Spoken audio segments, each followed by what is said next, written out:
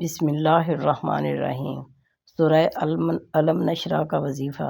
سورہ علم نشرح کو بکثرت پڑھنا تنگ دستی، تنگ دلی، پریشانی، سرگردانی، بیکاری، بے روزگاری، معاش میں ناکامی کا شافی علاج ہے، اور ہر نماز کے بعد اس کا 5 مرتبہ پڑھ لینا غیر متوقع رزق اور روزی کا وسیلہ بن جاتا ہے۔ آئے ہم سب مل کر پڑھتے ہیں۔ بسم اللہ الرحمن الرحیم۔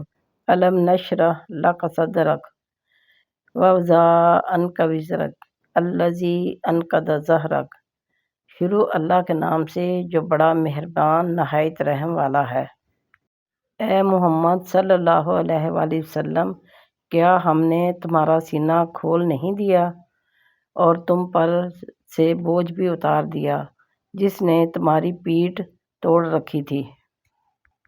وَرَفَعْنَا لَكَ ذِكْرَكَ فَإِنَّ مَعَ الْعُسْرِ يُسْرًا إِنَّ مَعَ الْعُسْرِ يُسْرًا، اور تمہارا ذکر بلند کیا، ہاں مشکل کے ساتھ آسانی بھی ہے، اور بے شک مشکل کے ساتھ آسانی بھی ہے۔